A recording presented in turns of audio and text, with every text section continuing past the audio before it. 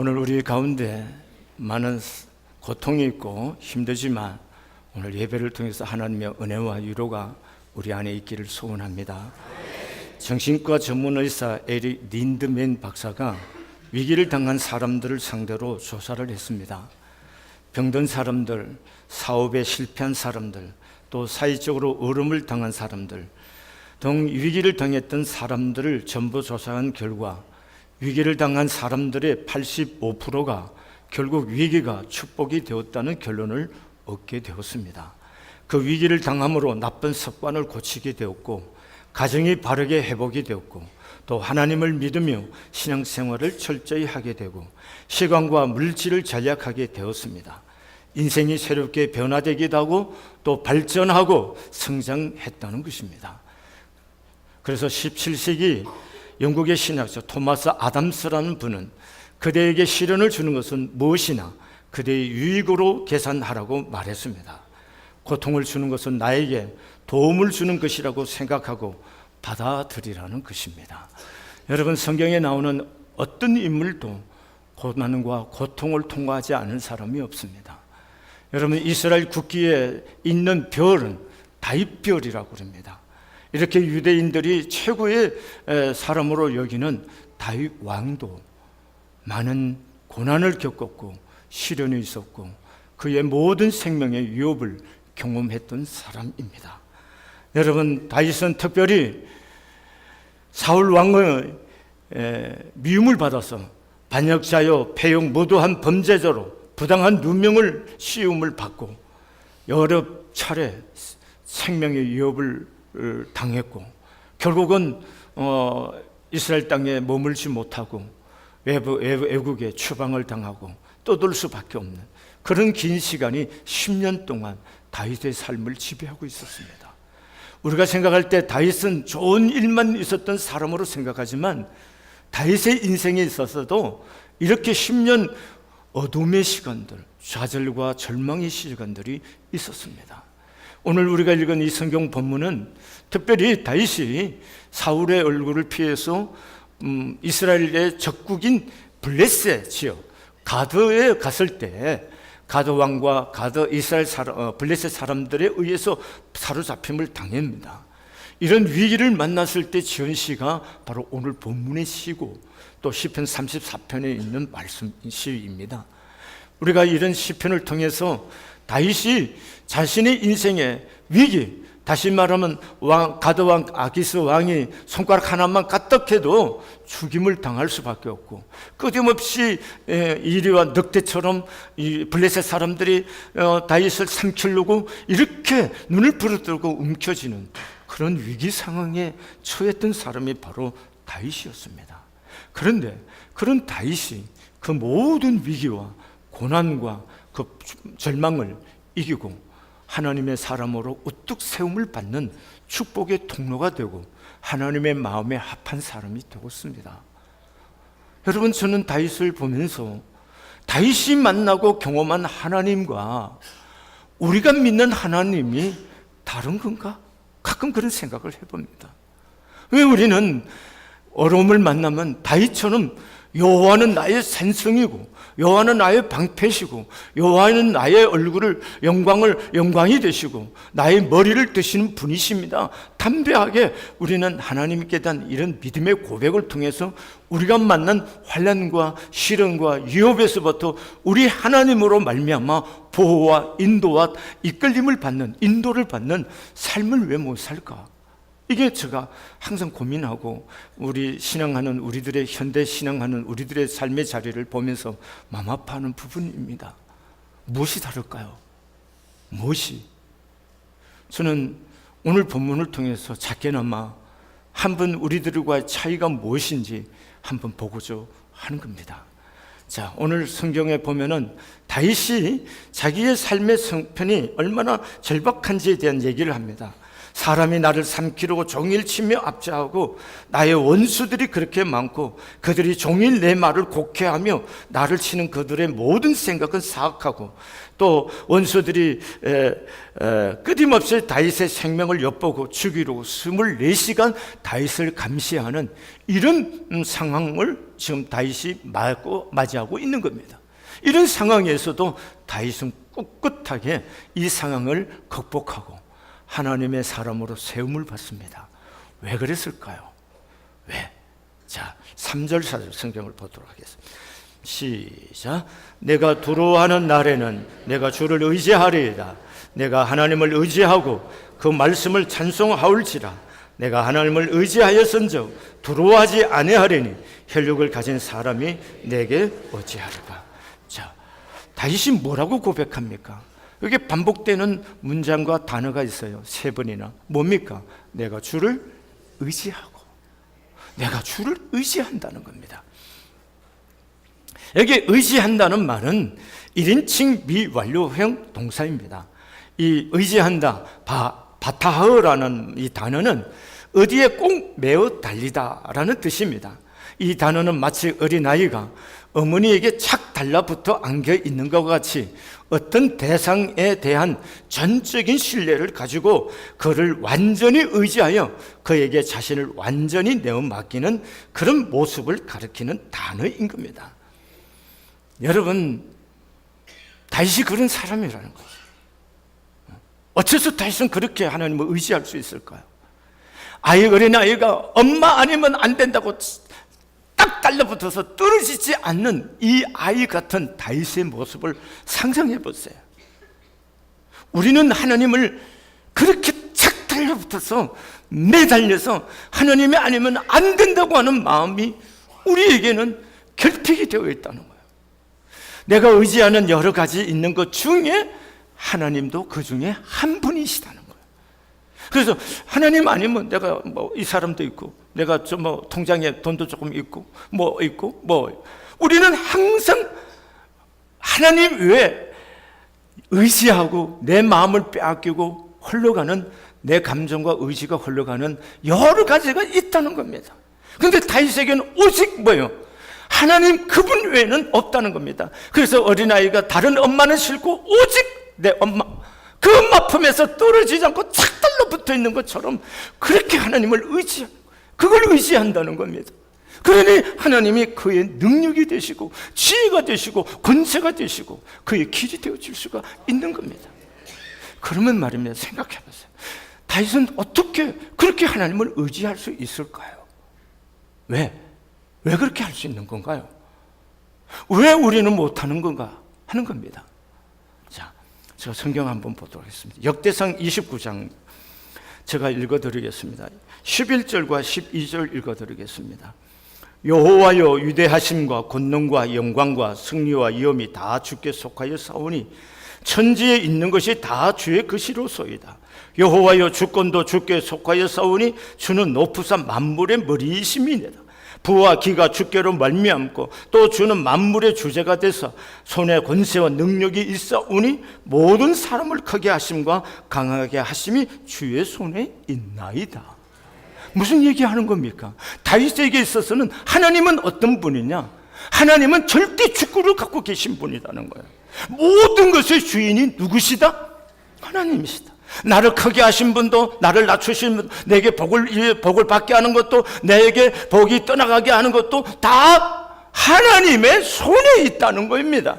이 하나님의 절대 주권을 믿는 믿음이 있기 때문에 이 하나님을 떠나서는 살 수 없어 어린아이가 엄마 아니고는 안 되는 것처럼 착 달라붙어 이걸 의지한다고 얘기하는 겁니다. 오늘 우리에게 이 믿음이 필요하다. 하나님의 절대 주권을 갖고 계신 그분이 내 인생의 참된 주인이시다. 그래서 그분에게 모든 것을 올인할 수 있는 사람, 이 사람만이 하나님이 모든 것 되시는 하나님 되심을 맛보고 살게 될 줄로 믿습니다. 여러분, 이런 부분이 우리와 다윗의 차이를 갈라놓지 않을까 생각해 보는 겁니다. 여러분, 정말로 하나님의 모든 것의 주권자 되심을 믿습니까?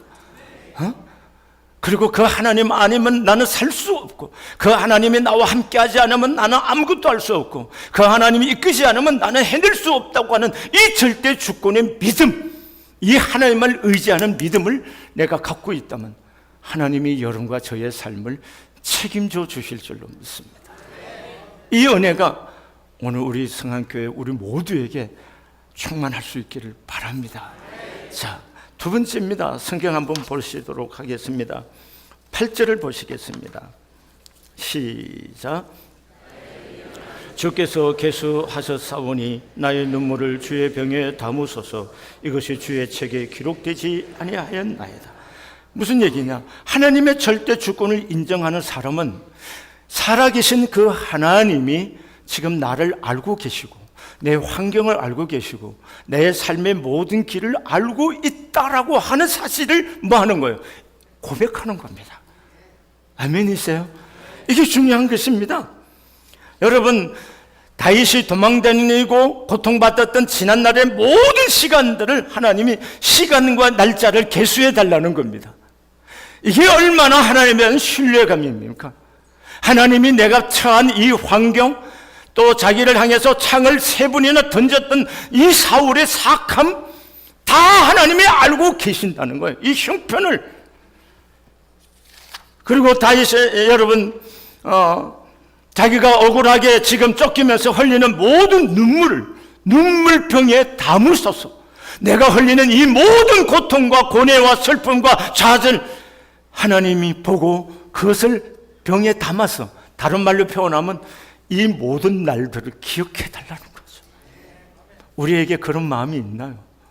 우리에게 하나님 나를 알고 계시고 내가 당하는 여러 가지 이 상황에 하나님 보고 계신다, 하나님이 보고 계시고 알고 계시고 이 일에 선악간에 심판하신 분이신 것을 내가 하나님을 그렇게 신뢰하고 믿느냐는 거예요. 그 부분을 우리가 생각해 보자는 겁니다.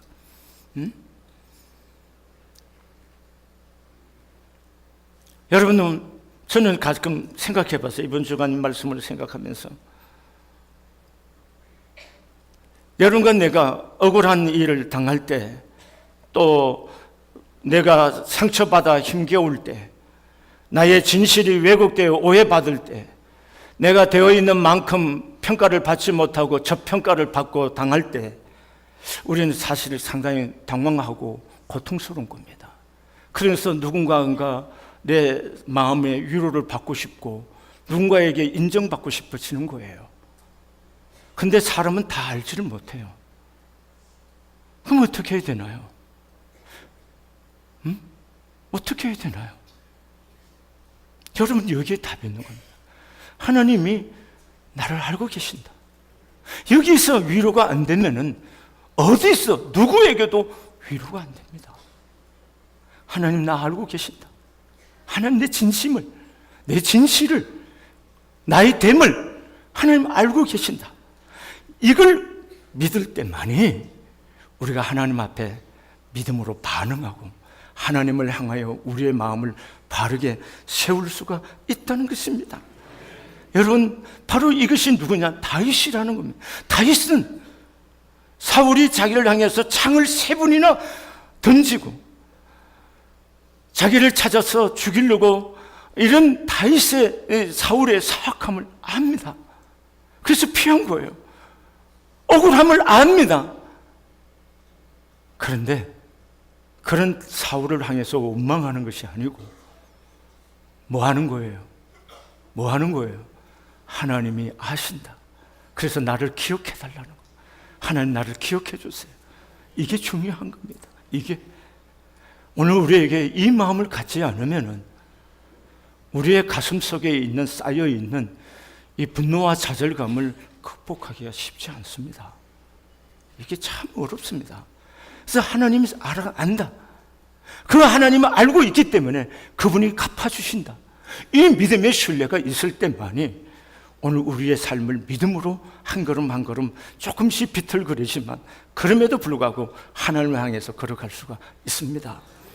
그 다음에 우리가 9절 말씀 한번 보시도록 하겠습니다. 시작. 내가 아뢰는 날에 내 원수들이 물러가리니 이것을 하나님이 내 편이심을 내가 아나이다. 자, 내가 아뢰는 아뢰. 아뢰는다는 말의 의미가 뭘까요? 기도하는 거잖아요. 기도하는 거. 하나님이 주권자이심을 믿으면은 반드시 뭐 하게 되냐? 기도하게 되어 있는 거예요. 이거는 놓칠 수가 없습니다. 왜냐하면은 하나님이 내 인생의 주인이라고 고백하는 사람이 어떻게 주인 대신 하나님 앞에 내 고통과 내 모든 길들에 대해서 묻지 않겠습니까? 또 고통이 있다면 부르짖어서 이 고통에서 극복하기 위해서 하나님 앞에 아뢰지 않을 수가 있겠습니까? 여러분, 아키스 앞에서 미친 채 하고 나와서 지은 시가 바로 시편 34편입니다. 시편 34편과 오늘 56편은 모두 다 블레셋 아키스 왕, 가드 왕 아키스 앞에서 일어났던 사건들을 경험하면서 지은 시예요. 그는 시편 34편 4절과 6절에도 이렇게 다윗이 고백합니다. 내가 여호와께 간구하매 내게 응답하시고 내 모든 두려움에서 나를 건지셨도다. 이 공고한 자가 부르짖으며 여호와께 들으시고 그의 모든 환난에서 구원하셨도다. 다윗은 뭐 했다는 얘기하는 거예요? 기도했다는 얘기예요. 부르짖었다는 얘기하는 거예요. 그런데 간구하며 내게 응답하셨고 내가 공고한 자가 부르짖으며 여호와께서 들으시고, 다른 말로 표현하면 다윗은 하나님께서 기도하는 사람에게 응답하신다는 기도 응답에 대한 확신을 갖고 있는 사람이에요. 이런 사람만이 이 고난을 축복으로 하나님이 생생히 살아계시는 하나님의 얼굴을 배우면서 갈 수가 있는 거예요. 사랑하는 교회 여러분, 다윗이 아들 압살롬에 의해서 도망갈 때 지은 시가 시편 3편입니다. 그때 다윗이 이렇게 고백합니다. 4절에 내가 나의 목소리로 여호와께 부르짖으니 그의 성산에서 응답하시는도다. 여러분 생각해 보세요. 남도 아닌 자기 아들에 의해서 반란을 당한 에비로서, 이게 군주로서 얼마나 수치스러운 시간인 겁니까? 그 수치스러운 시간을 가는데 그 수치스러운 시간 속에서도 하나님을 향해서 내가 나의 목소리로 여호와께 부르짖으니 그의 성산에서 응답하시도다. 이게 믿음이라는 거예요. 기분 좋을 때만, 형편이 좋을 때만 기도하는 거 아니에요. 많은 사람들이 나를 향해서 저는 하나님께 버림을 당하고 이제는 하나님께 도움을 얻지 못한다 비난하고 수군거리고 많은 사람들이 다윗을 정죄하고, 그때 그런 상황에 있을 때 다윗은 부끄럽지만 하나님 앞에 나가서 하나님이요 나의 목소리를 여호와께 부르짖는다고 얘기하고 있어요. 이게 우리들이어야 된다는 겁니다. 여러분, 환난이 있습니까? 감히 창피해서 부르짖을 수 없는 순간이 있습니까? 그런데 그 시간에 기도해야 된다는 거예요. 왜? 그 하나님은 응답하시는 하나님이기 때문에 이런 하나님을 우리가 맛보고 살아야 된다. 그래서 시편 34편 8절에 너희는 여호와의 선하심을 맛보아 알지어다 이렇게 말씀하시는 거예요. 하나님의 선하심을 여러분과 제가 맛보며 살 수 있기를 바랍니다. 이 기도 응답의 확신을 가진 다윗이 이렇게 고백합니다. 내가 누워 자고 깨었으니 여호와께서 나를 붙드심이로다. 천만인이 나를 에워싸 진친다 하여도 나는 두려워하지 아니하리다. 이렇게 우리의 고백이 되어지기를 소원합니다. 그러면 여러분과 제가 당한 어떤 문제 앞에서도 능히 이 고백을, 이 찬양을 하나님께 올려드릴 수 있게 될 줄로 믿습니다. 앤서니 라빈스라는 사람이 중요한 말을 했습니다. 기도의 성공자와 실패자의 두 가지 큰 차이가 있다. 기도의 성공자는 지금 시작하고 기도의 실패자는 차차 시작한다 하는 겁니다. 성공적인 기도자는 응답받을 때까지 하고 또 실패한 기도자는 응답 오기 전에 그만둔다. 이 두 가지 차이가 기도의 성공과 실패를 결정한다고 말했습니다. 기도를 지금 시작하시고 기도 응답이 올 때까지 주의 손에서 여러분의 기도의 무릎을 일으키지 않고 기도할 수 있기를 소원합니다. 다니엘의 기도가 성공적인 기도였던 것이 그는 지금 기도를 시작해서 끝까지 기도했기 때문에 기도에 성공한 다니엘이 될 수가 있었습니다. 여러분, 기도의 사람이 기도하는 것이 아니라 기도하다가 보니 기도의 사람이 된다는 것입니다. 오늘 여러분과 제가 기도하다가 기도의 사람이 될 수 있기를 소원합니다. 시편 34편 실제 젊은 사자는 궁핍하여 줄일지라도 여호와를 찾는 자에게는 모든 좋은 것에 부족함이 없으리로다. 여러분, 이게 있어야 됩니다. 이 고백이 여러분과 저의 고백이 될 수 있기를 소원합니다. 자, 12절 말씀 함께 보겠습니다. 하나님이여, 내가 주께 소원함이 있사온즉 내가 감사제를 주께 드리리다. 하나님께 소원하고 뭐 드리고 있어요? 감사를 드리고 있습니다. 여러분, 왜 그렇게 감사를 드릴까요? 다윗은 아직도 그 환경에서 벗어나지 않았습니다. 근데 13절의 말씀에 주님께서 내 생명을 죽음에서 건져주시고 내 생명의 빛을 받으면서 하나님 앞에 거닐 수 있게 내 발을 지켜주셨기 때문입니다 라고, 그래서 하나님께 감사하기로 소원한다는 겁니다.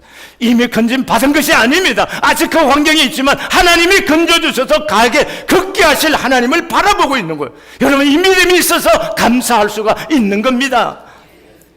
사람의 상처를 아물게 하고 수치심을 덮어주고 불행한 생각의 바이러스를 박멸한 가장 위대한 명약이 뭘까요? 그것은 바로 용서라는 것과 감사입니다. 여러분, 용서와 감사는 자기 극복의 묘약입니다. 여러분, 이게 굉장히 중요합니다. 용서와 감사로 하나님께 반응할 때 하나님께서 하시는 일을 보며 인도함을 받을 수가 있습니다. 여러분, 너무 중요하죠? 다윗을 한번 보세요. 다윗은 하나님의 주권을 믿는 사람이라고 이미 전제했습니다. 그렇기 때문에 하나님께 감사하는 거예요. 감사한다는 얘기는 이미 뭐예요? 용서하는 사람 아니고는 감사할 수가 없는 겁니다. 자, 보세요. 다윗이 자기가 부하로 있을 때에 사울이 자기를 죽이려고 사람을 동원해서 왔습니다. 그래서 동굴에 숨었어요. 동굴에 숨었을 때 사울이 그 동굴 속에 왔을 때 신하들이 죽이자고 합니다. 그런데 그러면 안 된다고 합니다. 그래서 표징을 삼켜서 옷자락을 가만히 자릅니다. 근데 나중에 그 옷자락을 자른 것만도 뭐예요? 마음 아파하며. 왜? 하나님의 기름 부음을 세움받은 자라고. 이건 뭔 고백이냐? 하나님의 주권을 인정하는 사람이에요. 그런가 하면 다윗이 왕으로 있으면서 아까 압살롬에 의해서 도망을 갈 때 사울 집안의 시므이라는 사람이 티끌을 날리며 다윗을 향해서 저주를 합니다. 그때 다윗의 신하였던 아비새가 저 개 같은 인간 그냥 놔두면 안 돼. 내가 건너가서 한 칼에 죽이겠다고 합니다. 하는 다윗이 말합니다. 아비새야, 네가 저 사람과 무슨 연관이 있길래 네가 그렇게 하느냐? 하나님이 오늘 저로 하여금 나를 저주하라고 하신지 네가 어떻게 아느냐? 이겁니다. 자, 보세요. 저 사람이 나에게 저렇게 말했다. 그래서 우리가 화로 계속 반응하면은 하나님이 내 안에서 하신 일을 우리는 볼 수가 없다는 거예요. 하나님이 저 사람에게 통하여 나에게 저렇게 말했다고 받아들이면, 하나님의 주권을 인정하면은, 그러면 나를 살피게 되는 거예요. 마음이 아프고 힘들지만 기도를 하면서 하나님 앞에 내가 어디를 변화시켜야 될까를, 하나님 무엇이 변화되어야 됩니까? 나는 모르고 있었는데 말함을 통해서 깨달음을 얻고, 이것이 저 사람들에게 저렇게 아픔이 되고 힘들 수 있겠구나, 이해를 하게 되고, 그래서 더 많이 하나님의 뜻을 추구하고 하나님의 영광이 가려지지 않도록 내 자신을 빚어가 하나님 앞에 순복시켜 갈 수가 있다는 겁니다. 그게 왜? 하나님의 주권을 인정하니까. 하나님이 시므이를 통해서 오늘 나에게 저주하라고 한지 네가 어떻게 아느냐? 이렇게 얘기한 겁니다. 여러분, 오늘 우리가 이런 마음, 하나님의 절대 주권을 인정하고 이렇게 모든 사건과 일을 받아들이면 우리 영혼 속에서 뭐가 나올 수 있어요? 감사가 나와요. 그리고 나를 향해서 마음 아픈 여러분, 사람이기 때문에 누구든지 상대방, 우리가 서로 상처를 주고 받아요. 그런데 상처 아프지 않는 게 아니에요. 아프지만 뭐예요? 그 영혼을 향해서 불같은 마음으로 가슴에 안고 기도함으로 용서를 경험하는 거고, 용서에 더 깊이 그 영혼과 삶까지도 사랑할 수 있어요. 그렇게 경험하는 거예요. 그렇게 되었을 때 뭐가 오느냐? 영혼의 자유함과 평안이 오는 거예요. 우리는 신앙이라는 게 그 자리로 가야 되는 게 아닐까요? 우리가 약하기 때문에 반응이 조금 이렇게 있을 수 있지만, 그냥 결국은 어디로 가야 되는 거예요? 그 문제를 놓고 기도하면서 기도하는 가운데 긍휼히 여겨지는 거고, 하나님이 저분을 통해서 나에게 말씀하라는 것보다 내가 어디를 바꿔야 될까? 어떻게 바꿔야 될까? 이걸 생각하고 그분을 향해서 축복하고 용서하고 긍휼히 여기고 더 많이 사랑해서 혹시나 그 말 때문에 또 마음 아파할까 봐 그것까지도 배려해서 마음을 품고 있다면 누가 은혜를 입겠습니까? 누가 하나님의 은혜를 경험하고 하나님의 함께 하신 비밀을 배우겠습니까? 이걸 경험해 보라는 겁니다. 아시겠습니까? 그렇게 하면은 하나님께서 내게 용서와 또 사랑하는 마음과 그리고 마음속에 그러고 났을 때 영혼의 자유함과 기쁨과 감사가 내 영혼을 지배하게 되는 거예요. 이게 신앙이라는 겁니다. 힘들어요. 그래서 기도가 필요한 거예요. 그래서 주권자 대신 하나님 앞에 나를 쳐서 복종시키는 이것이 필요하다는 겁니다. 사랑하는 교우 여러분, 다윗은 이러면서 살은 사람이에요. 그래서 내 마음에 합하다는 거 아닙니까?